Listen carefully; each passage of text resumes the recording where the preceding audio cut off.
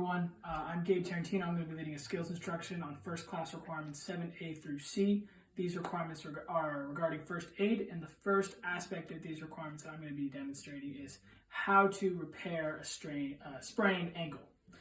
So the method we would use is tourniqueting. So if you don't have an ACE bandage on you in your first aid kit, you could always use a t-shirt, preferably a long sleeve t-shirt. So the first thing you would do is that you would fold the bottom of your t-shirt downwards like this in half, and then you fold it again. So you essentially be folding in quarters. So now your tourniquet is ready with your two sleeves and your long middle part. So the victim would sit back down. We're now ready to begin bandaging. So the first step is that you would put the bandage below the victim's foot, like so, and then basically crisscross the two ends. So one end goes over here, one end goes over here. So now you have these two sleeves on either end, and the first thing that you would do is that you would wrap them around the back of the victim's leg, basically at their Achilles tendon. So now you have these two sleeves again, and what you would do is that you would create an X pattern, basically another crisscross like this.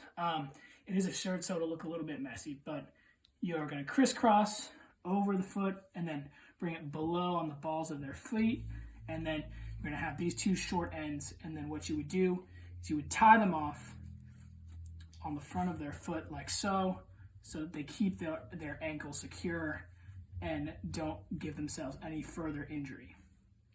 All right, so make sure I get this. And yeah, there you go.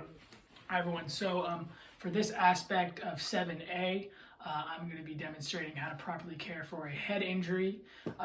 Keep in mind that the best way to do this is not with a t-shirt, but with a neckerchief or a triangular bandage. So the first thing that we would do is that to create this kind of bandage, that I would drape the t-shirt over the victim's forehead, if the victim could secure that. And what we're going to be doing is that you have these two sleeves here, and you're going to be basically crossing them over each other in the back and then tying them out in the front. So you don't have to tie a knot in the back, you just have to run them over each other. And basically here, what I'm tying here is a square knot to make sure that this bandage stays stable. So I would tie this square knot to keep it secure.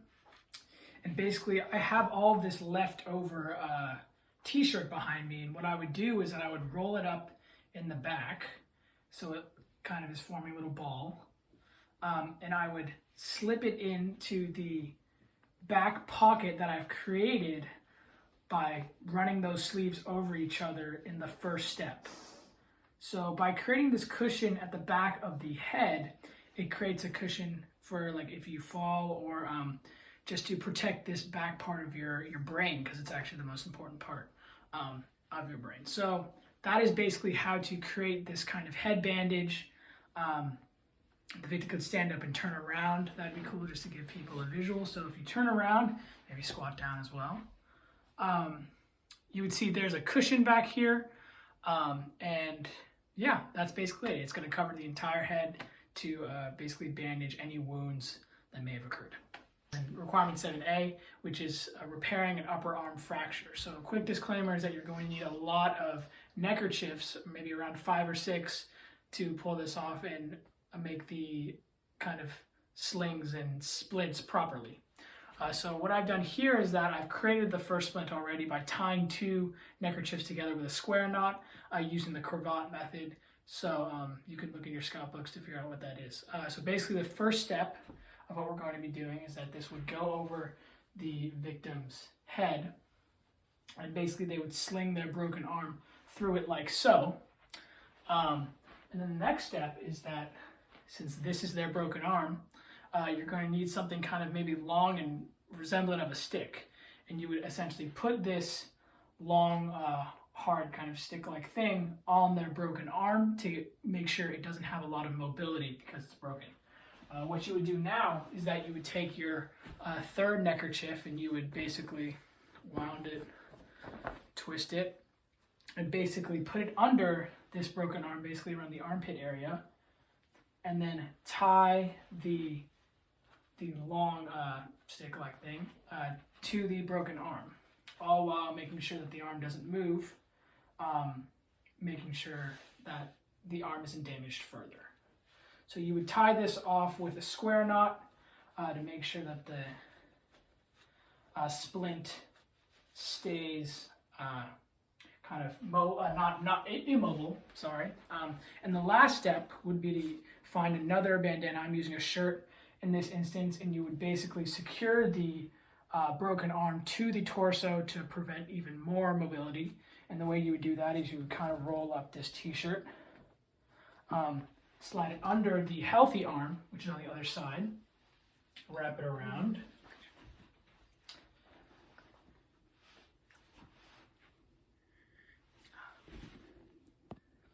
Sorry. And you would tie it to the splint around where you tied the splint to the broken arm before. This would keep the arm extra steady and extra tight, because if this arm moves, it could create further problems created by your splint. So that is what it would look like. It looks kind of jumbled. You're going to have a splint around the neck, bracing the arm, and then a splint tying a neckerchief tying the splint, and then a third neckerchief binding the broken arm to the torso. That's basically the entire thing. So in this video, I'm going to be demonstrating how to repair a shoulder or collarbone fracture with a series of slings. So this is a first aid requirement 7A. It's a portion of it, so I'm just going to get started. So if you have a broken shoulder or broken collarbone, the first thing you would do is that you would create a sling by kind of rolling up your neckerchief as you have here.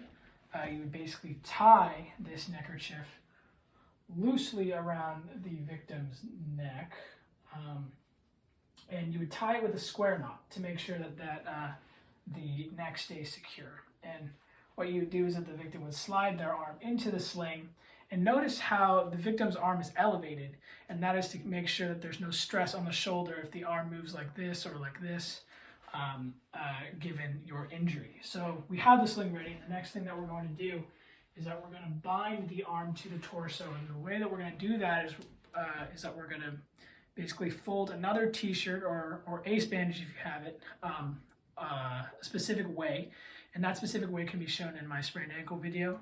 But what we would do here is that we would basically put the t-shirt around the torso of the victim. I'm going to fold this again. Like so. And if you help me out here. It would basically secure, and you would use these sleeves at the end that I'm kind of motioning towards, and tie them around the back of the victim to make sure that the arm that you're slinging to restrict any shoulder motion, we're going to tie to the back, and with a square knot, we're going to secure that arm to the torso so there's no shoulder movement at all. And this is what it should look like. You see the sling here, and you see the other shirt/neckerchief securing that arm to the torso. This will minimize any shoulder or collarbone stress or movement. And yeah, that's how you would fix your injury.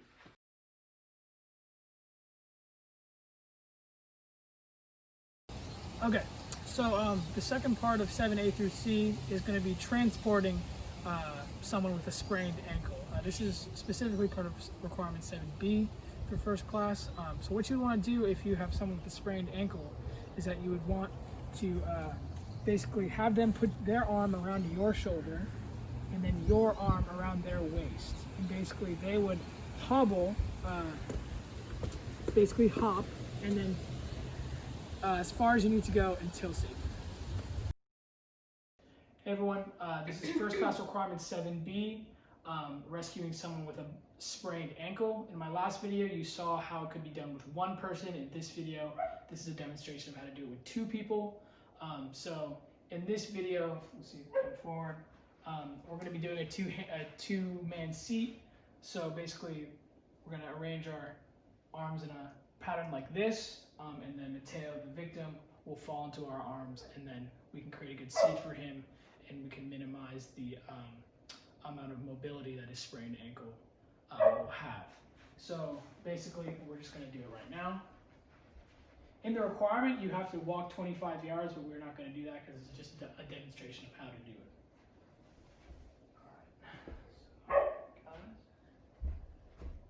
One, and up.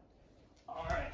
Yeah, so this is how you do it. This is what it should look like, and thank you. I'm going to be demonstrating how to use the blanket assist method to save someone from a hypothetically smoke-filled room. So I'm going to grab the camera really quickly.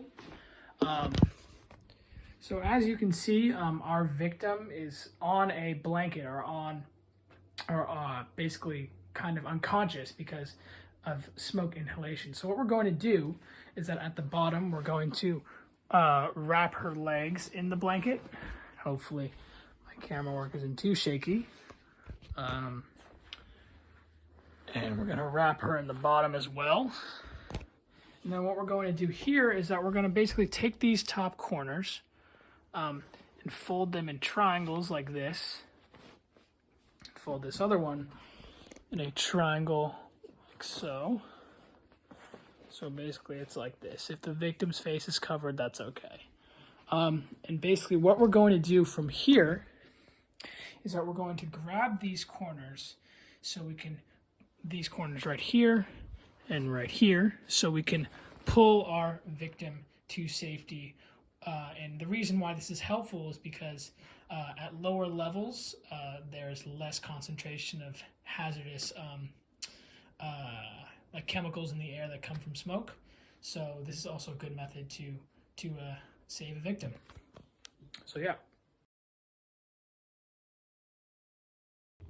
Hello, my name is Gabe Tarantino. I'm going to be going over first class requirement 7C, which is going over the 5 signals of a heart attack, or what to do to administer CPR.